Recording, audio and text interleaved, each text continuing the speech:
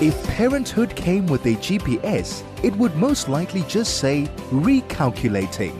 Join Yolandi Becker and her guest experts Wednesdays at 11 a.m. for Bump and Beyond, the show about pregnancy and babies.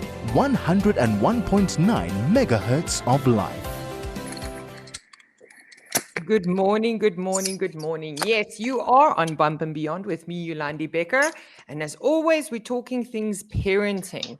Today's topic has left actually quite a very big scar in my memory if I have to reflect back as to when my son was a baby.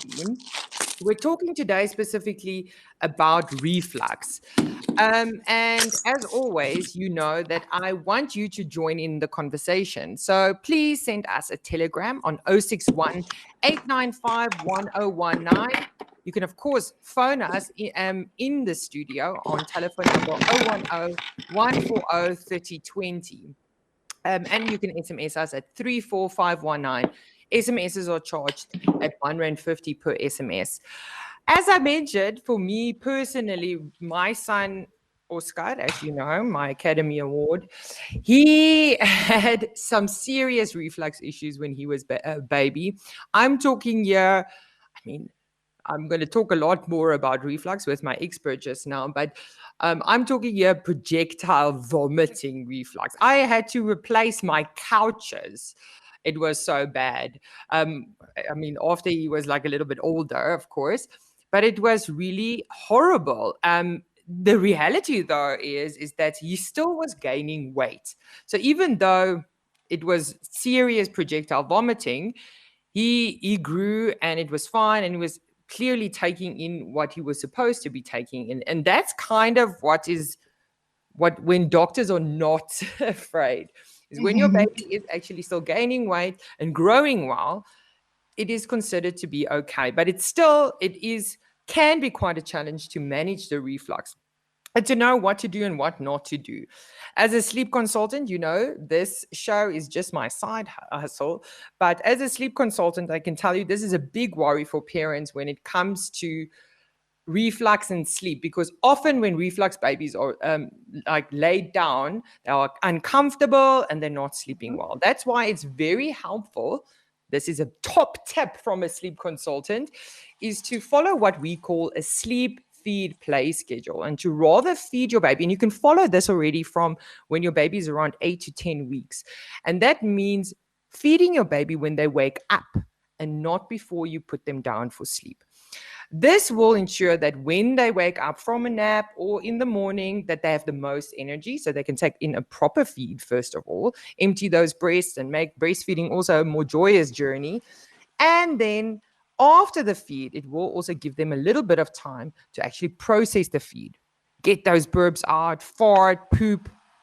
I love this show. This is probably the only show where I can say fart, poop, and all those things on live radio. But my very good guest here today is already ready, and you could hear her maybe setting up her camera in the background. It's a very disappointing, I have to say, for all of you that you can't see her in person. But I've been following her on Instagram for quite some time, and she's one of my favorite Instagram influencers, because I think that's what she is at this point. But actually, I think that's her side hustle. She is actually a mom and a pediatrician. Thank you, Dr. Nadia Khan, for joining me today. Oh, thank you. Thank you, Yolandi, for having me. I'm definitely not an influencer, not at all. And I repeat that over and over again. I'm a pediatrician, and I am a friend and a fellow mom. And I am really just here, as I say often, to help moms, to guide moms, and to inspire, for us all to live our best lives.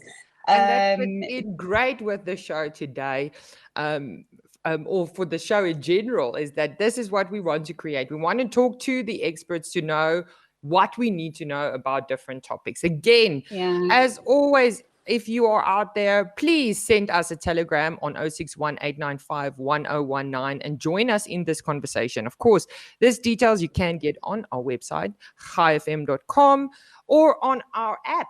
if you're listening somewhere else in the world, not necessarily in Joburg. I mean, Dr. Nadia Khan, she's in Durban, so she's quite far away. You can listen to it on our app. It is available. The past weekend, it was Rosh Hashanah, so I just wanted to wish each and every one of you Shana Tova. And I hope it was a happy Rosh Hashanah, a nice start to the new year for each of you. So, Dr. Khan, am I supposed to call you Nadia or Dr. Khan? You can call me whatever makes you feel more comfortable. Dr. Absolutely Khan, I feel it's going to fine. make me feel just like I should be giving you the justice that you deserve. No, there's none of that. None of that. You can just call me Nadia. I'm absolutely fine with that. Yes. Or a lot of my patients call me Dr. Nadia. So Dr. Nadia is also good. I like that too. That's a mixture of the two. Yeah, exactly. A good compromise. Yeah. So earlier I was actually mentioning to everyone that I have a very big experience with my own son with serious projectile vomiting. But again, in the end, I also now reflecting back, it was hectic, but it didn't last that long in the bigger scheme of things. What is considered the reflux? Let's start with that question.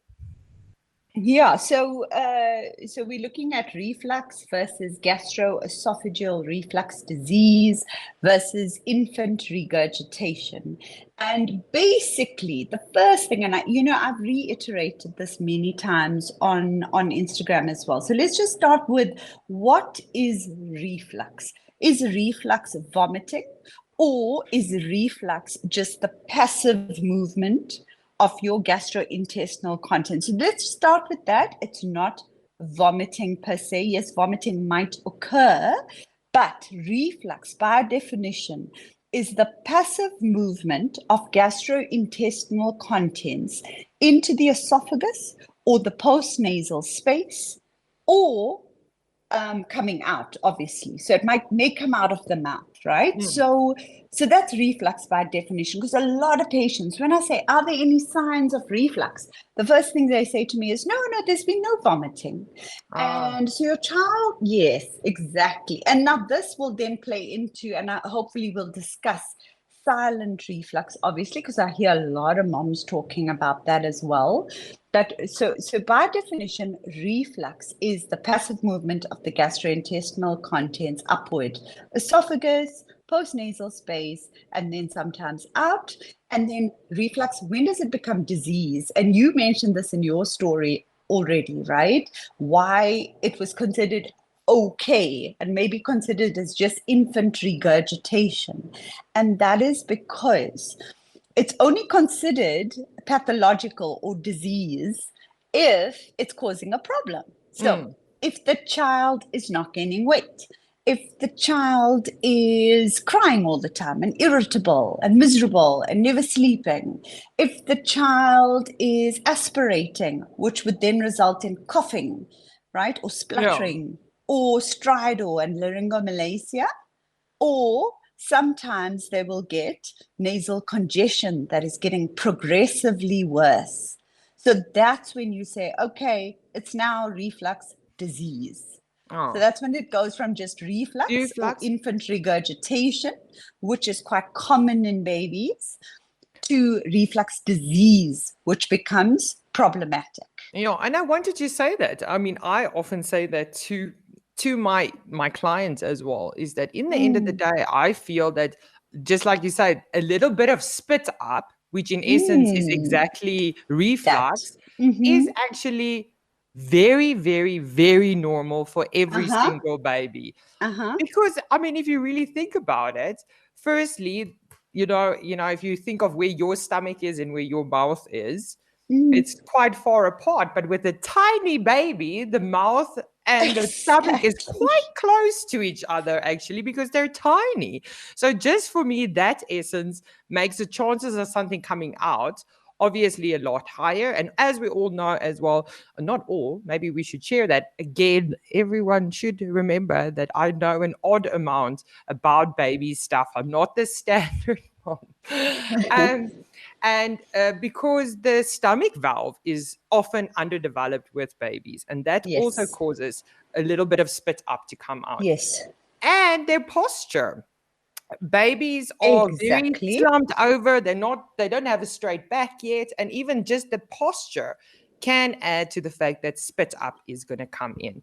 But we are getting to our first break and very quickly starting to run out of time already, but we've got lots to cover just after this break.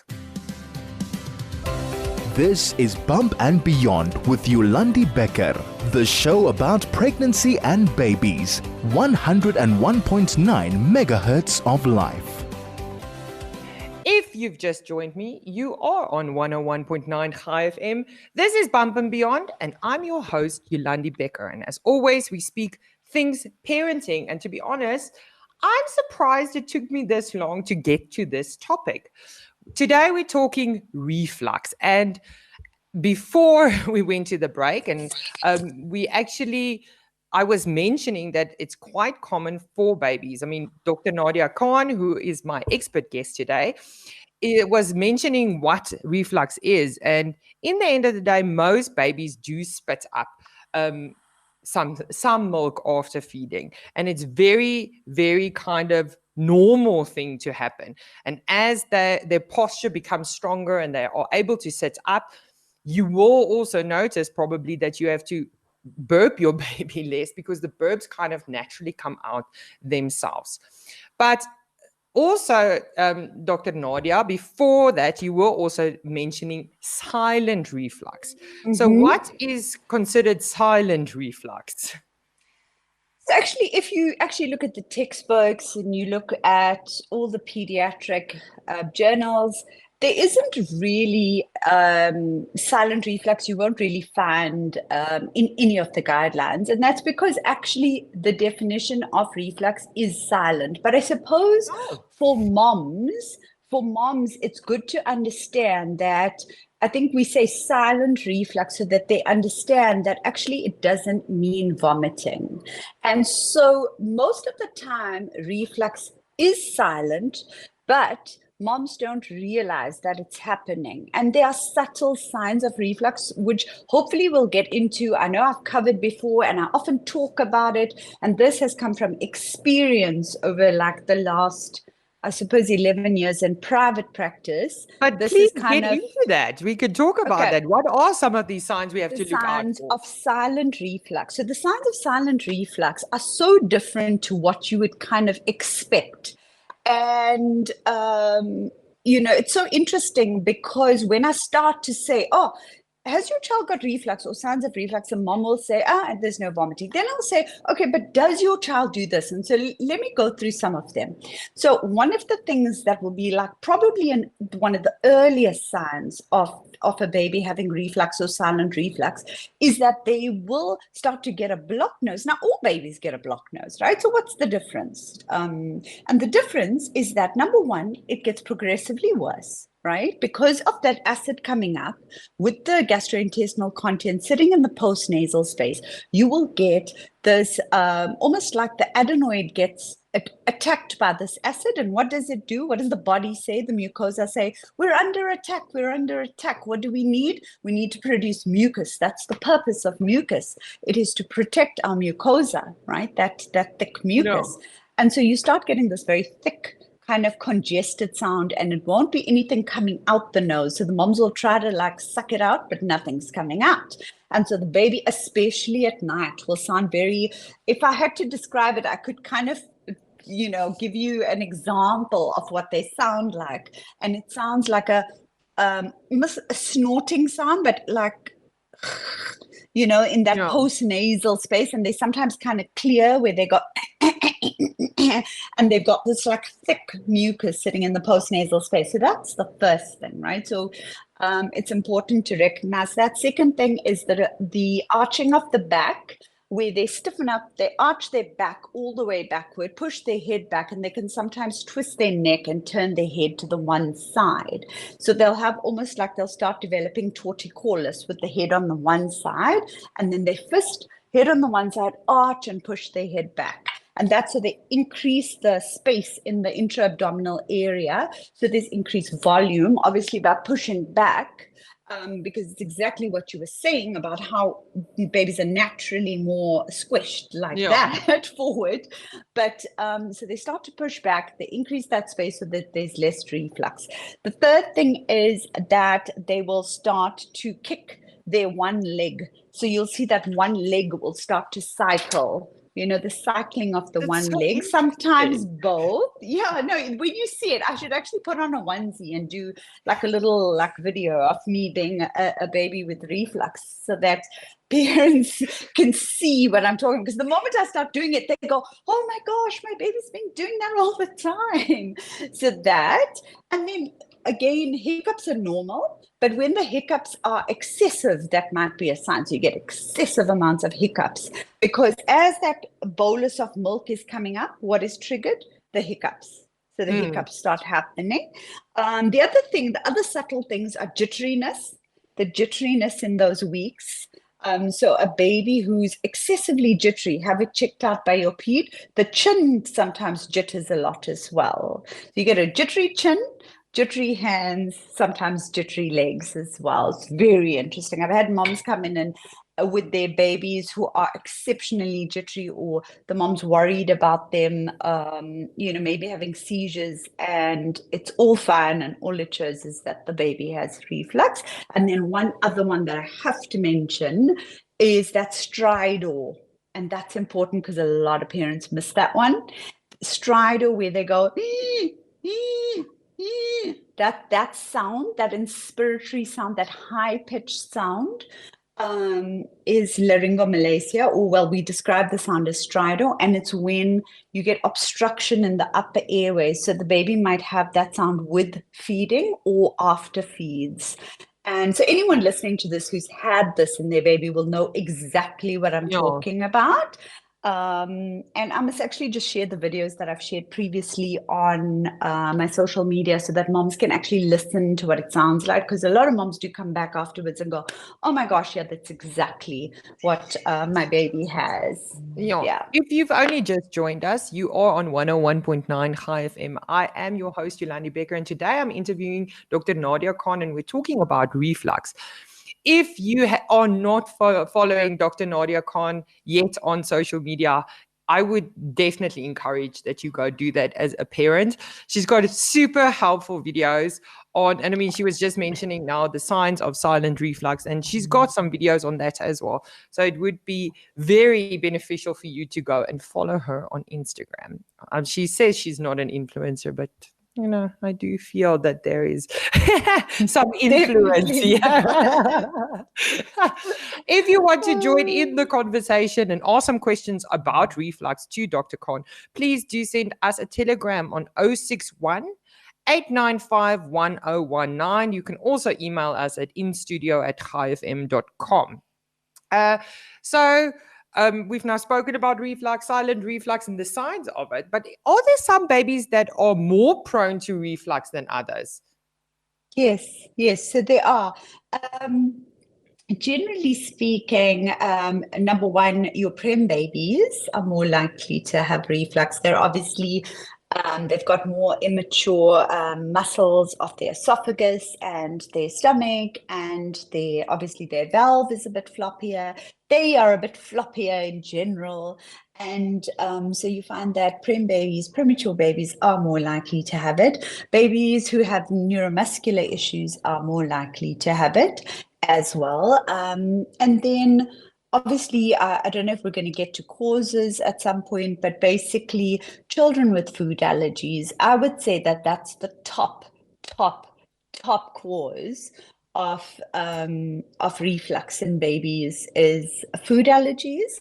Specifically, the most, the one that we see the most is cow's milk protein allergy, and this would be a non-IgE mediated cow's milk protein allergy. And just for those who don't understand why I'm saying that and why I'm differentiating between the two, is because if you think your baby might have reflux due to a cow's milk protein allergy, getting a blood test is not going to give you the answer you are wanting or expecting to get, because non-IgE mediated allergies basically don't show up on a blood test or may not show up on a blood test. There are no validated tests for them. And that's important to remember, because Yeah. you have to go with your gut and you do a trial and then you see if there's improvement. If you expect to get it in black and white as a nice, easy answer, it's not going to happen, unfortunately. Yeah. On that note, if you are interested in listening a little bit more about allergies, we had a fantastic conversation last week on our show with Dr. Adele Roux, specifically about different kinds of allergies. So the podcast, of course, is available on highfm.com. So one of the causes you mentioned now is allergies, such as cow's milk allergies. What are some of the other causes of reflux? Yeah, so aside for cow's milk protein allergy, you get other food allergies, you get prematurity, obviously floppy valve, neuromuscular diseases like children who have cerebral palsy or other neuromuscular diseases. Those are really the main causes. And then overfeeding reflux is a big one. Smoking, parents who smoke, so secondary or tertiary tobacco smoke can cause reflux. And I don't think people realize how much it actually impacts on that valve.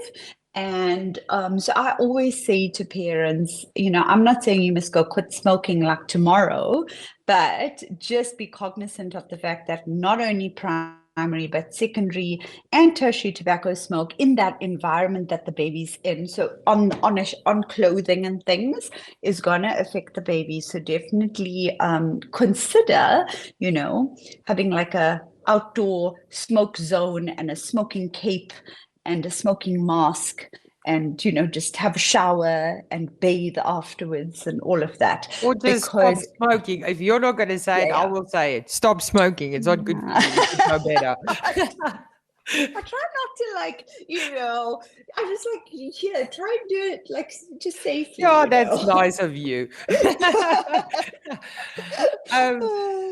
The next thing I wanted to ask now, because we did now speak about overfeeding. All babies also have like reflux but when do you now need to start looking at getting medical advice or assistance? When should you start worrying about reflux? So you definitely, I would say, obviously there are different guidelines for the public and private sector, but and you've got a lower threshold in the private sector than you would in the public sector. But the first thing, the most important thing would obviously be feeding. If your child's starting to refuse feeding, if your child's not gaining weight, then you need to go and seek treatment from a professional. The second thing is that if the child is starting to have any complications from the reflux, so that acid, that milk is coming up and causing issues in the respiratory system, i.e., I have seen babies who have quite bad apneas with reflux because it comes up and it blocks, it won't come out. And so the moms have no idea it's even happening. And all they end up coming into casualty with is a baby who has stopped breathing. So apneas are a big one. Yeah, because it just obstructs your airways, right? And then progressive laryngomalacia. So where you've got that stridor that's getting worse, or the child's coughing all the time, or the child is developing a wheezy chest, or the child is getting aspiration pneumonias, or you've got a baby who's just getting sick constantly. You've got this little baby, and maybe you're going to you haven't seen your pediatrician yet, but you're just getting like antibiotics for infection after infection after infection. That can be a sign that your baby is actually aspirating. So that's another sign.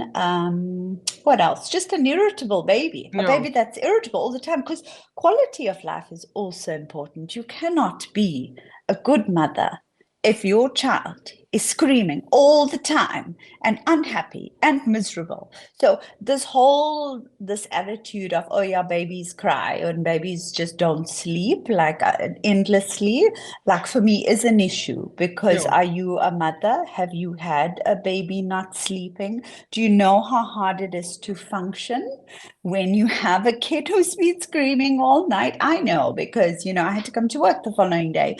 And it really, you cannot be a good mom, and you can't give the best of yourself to your family.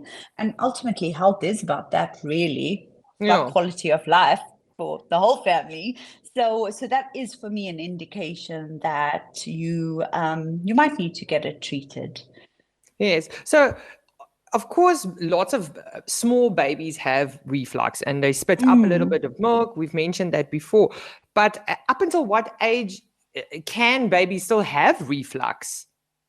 You would be amazed. Like, there are babies who have, depending on the underlying cause, of course, there are children, there are babies who will have reflux maybe for the first few months, then it'll go away, and then it might come back when they are maybe 8 or 9 months, or even later on.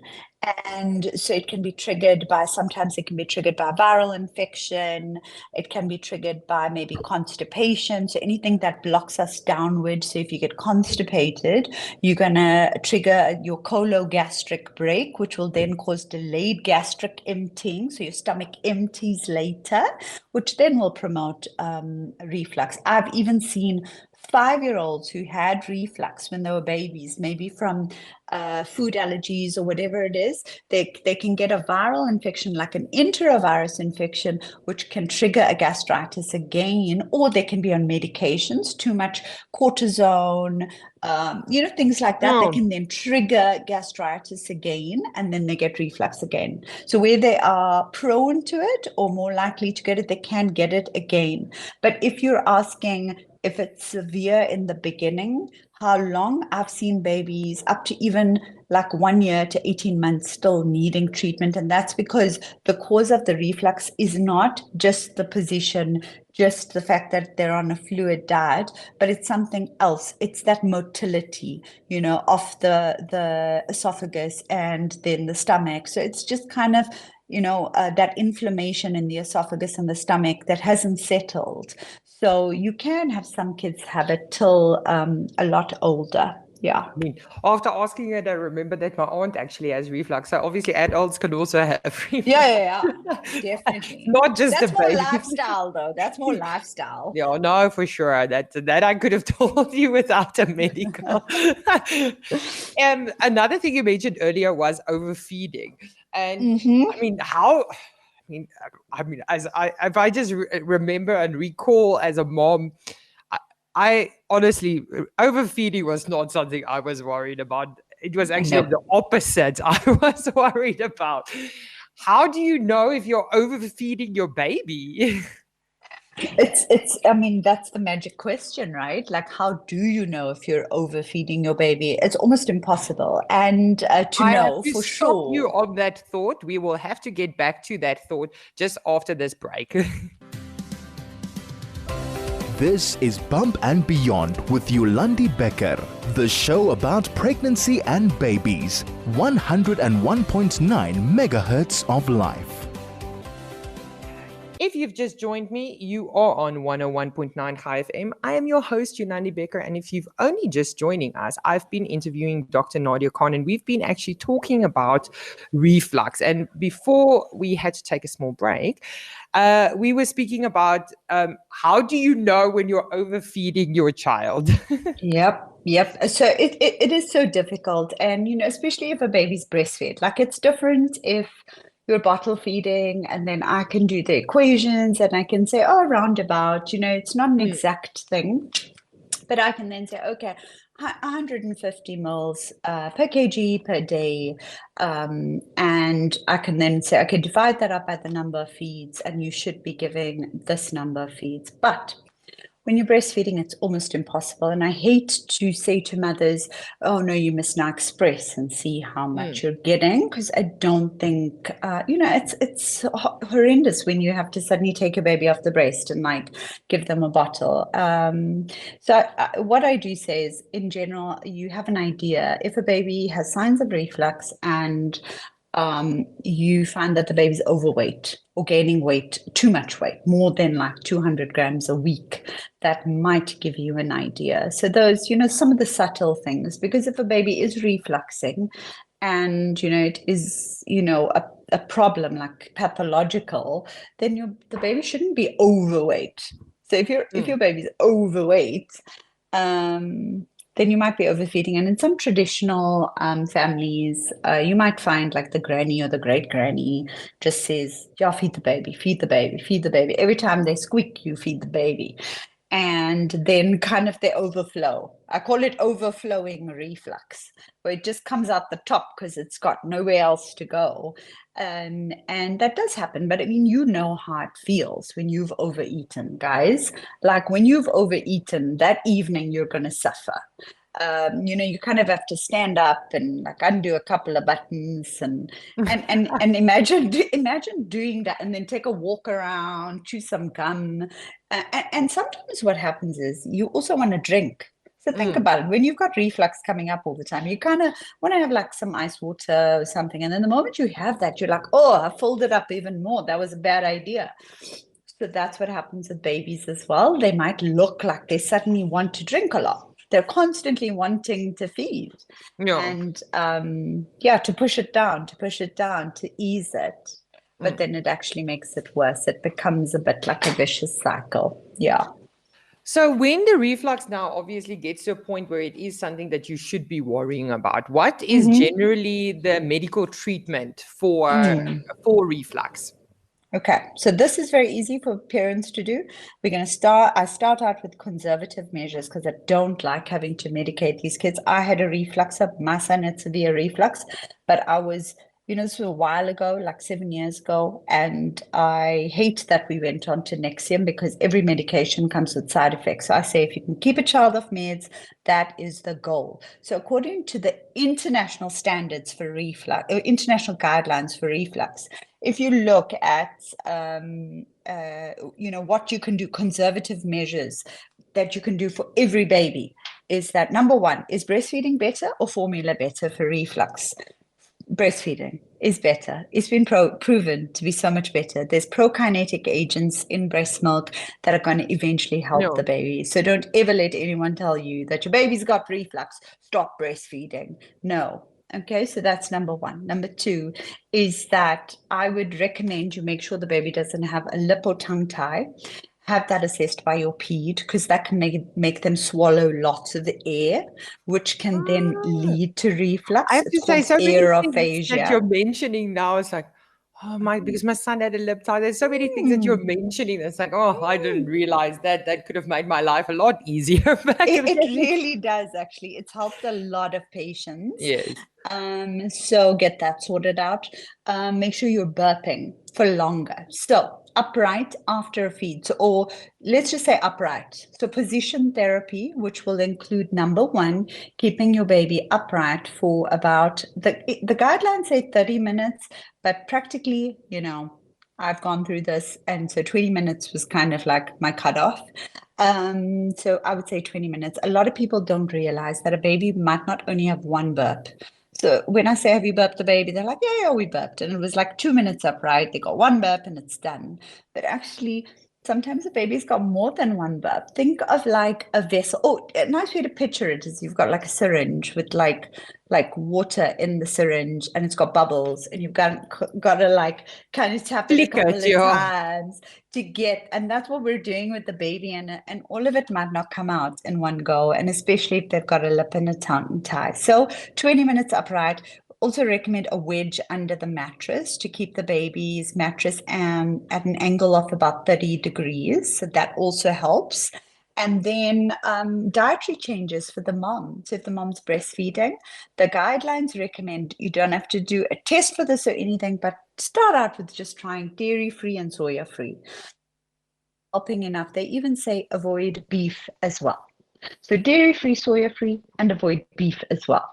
And see if there's any changes. It may take some time to recognize those changes, just by the way, because it can take up to a month for that to be out of the mom's milk, but you'll start to see improvements within like 2 weeks or so. And then other like subtle things you can try, obviously avoid smoking. And then a probiotic sometimes helps as well. Okay. Right? No. So those are the conservative measures. And I mean, that's a good measures to try definitely beforehand, because I have to say, I agree with you. Again, looking back, my son was also on Nexium. And I mean, it might have helped. I don't know. I didn't feel it made a huge difference, to be honest. By that time, I also didn't really know any of the side effects. I was just hoping that it would be better, and it didn't go away, the reflux, because of it. Now, also looking back, I think your overfeeding thing was maybe one of the things I did. Yeah. Again, he also definitely had a tongue tie, and I think to avoid those type of things, I also mentioned earlier, of course, for me, as a sleep consultant, it is beneficial to help feed the baby when they wake up, so that you have that time to kind of keep the baby upright after feed. But Craig is signaling to me we have to go to another ad break. We're very strongly running out of time, and we'll finish up just after this. This is Bump and Beyond with Yolandi Becker, the show about pregnancy and babies. 101.9 megahertz of life. And just like that, another show is coming to an end. If you missed the show today, I was interviewing Dr. Nadia Khan, and we were talking about reflux. And as a final thought before you go, Dr. Khan, I would like to ask you, what is something you feel every person or every parent should know about reflux? That is a tricky one, but I would say the main thing is that if you have done everything for the reflux and it's not getting better, don't stop. Don't stop there, because there's probably something underlying. And your mom gut is going to tell you that. And you don't have to suffer in silence. Seek out someone. I promise you, you always end up finding something. You'll either find a bladder infection, you'll find a kidney thing, or the lip and tongue tie. Do you get what I'm trying to say? Yes. I've had patients who've had malrotation of the gut that was sitting there. They needed like surgery, or they've had like other things. So all I'm saying is that, sometimes you give a child Nexium and then the mom just like says, oh, this is not really helping, but I'll just suffer in silence. Don't. If you need further, if you find it's not improving, go and seek help somewhere. Get that quality of life that you deserve. That's wonderful. Dr. Nadia Khan, thank you so much for joining me today. It's been an absolute pleasure. If you've missed this, of course, as always, the podcast will be available on our website, www.chaifm.com. Thank you so much for joining me, Dr. Khan. Oh, it's a pleasure. Thank you. Thank you for having me. I've really enjoyed this as well, Yolandi. Also, please remember that all of our podcasts, so many different topics, like I said, I mentioned earlier, allergies, so many different things that we've spoken about, breastfeeding, all those podcasts. And also, of course, the podcasts from all of our other shows are available on chaifm.com. If you want to add in the conversation and want to send us some topics on what to discuss, you can, of course, send it to me at yolandi@goodnightbaby.co.za. I would love to know what you want us to chat about. And of course, like I said earlier, please make sure to go follow Dr. Nadia Khan. And it's literally that, Dr. Nadia Khan. You can just search her on Instagram and on Facebook. You wouldn't have a problem to find her. And follow her. She's got really great, insightful tips on her page. And entertaining as well. It's really like those perfect entertaining videos and she's pretty, and it's like you should go and follow her. It's really great. It is really one of my favorite people to follow. But that is it, unfortunately, for today. I am very much wishing you a meaningful Yom Kippur this coming weekend. The world is changed by your example, not by your opinion. Let's lead by example for our children. Thank you so much for joining me today. Until next time, goodbye.